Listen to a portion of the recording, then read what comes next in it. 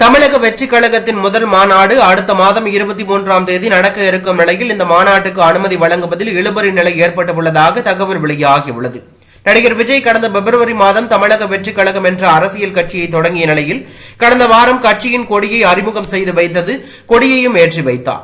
2026 சட்டமன்ற தேர்தலை இலக்காக கொண்டு தமிழக வெற்றி கழகத்தின் நிர்வாகிகள் செயல்பட்டுக் கொண்டிருக்கும் நிலையில் கட்சியின் முதல் மாநாடு பெரும் எதிர்பார்ப்பை ஏற்படுத்தியுள்ளது.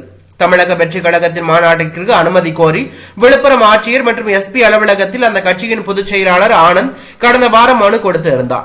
தமிழக வெற்றி கழகத்தின் மாநாடு நடத்த 85 ஏக்கர் நிலத்தை வாடகைக்கு எடுத்துள்ளதாகவும், மேலும் மாநாட்டுக்கு வருபவர்களின் வாகனங்களை நிறுத்துவதற்கு சுமார் 70 ஏக்கர் நிலத்தை ஒதுக்கி உள்ளதாகவும் தெரிய வருகிறது.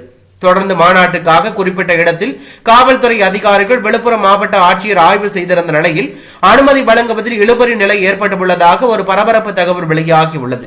மாநாட்டிற்கு அனுமதி அளிப்பது குறித்து விழுப்புரம் எஸ்பி தான் முடிவெடுப்பார் என்று விழுப்புரம் மாவட்ட ஆட்சியர் பழனி தெரிவித்துள்ளார்.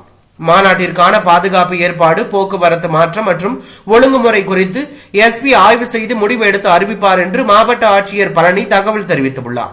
இதற்கிடையே விழுப்புரம் மாவட்ட காவல் கண்காணிப்பாளர் தீபக் ஸ்வாஸ் விடுமுறையில் இருப்பதால் முடிவெடுப்பதில் தாமதம் ஏற்பட்டுள்ளதாகவும், மாநாட்டுக்கு அனுமதி கேட்டுள்ள அந்த மனு தொடர்ந்து பரிசீலனையில் இருப்பதாகவும் விழுப்புரம் கூடுதல் காவல் கண்காணிப்பாளர் திருமால் தகவல் தெரிவித்துள்ளார்.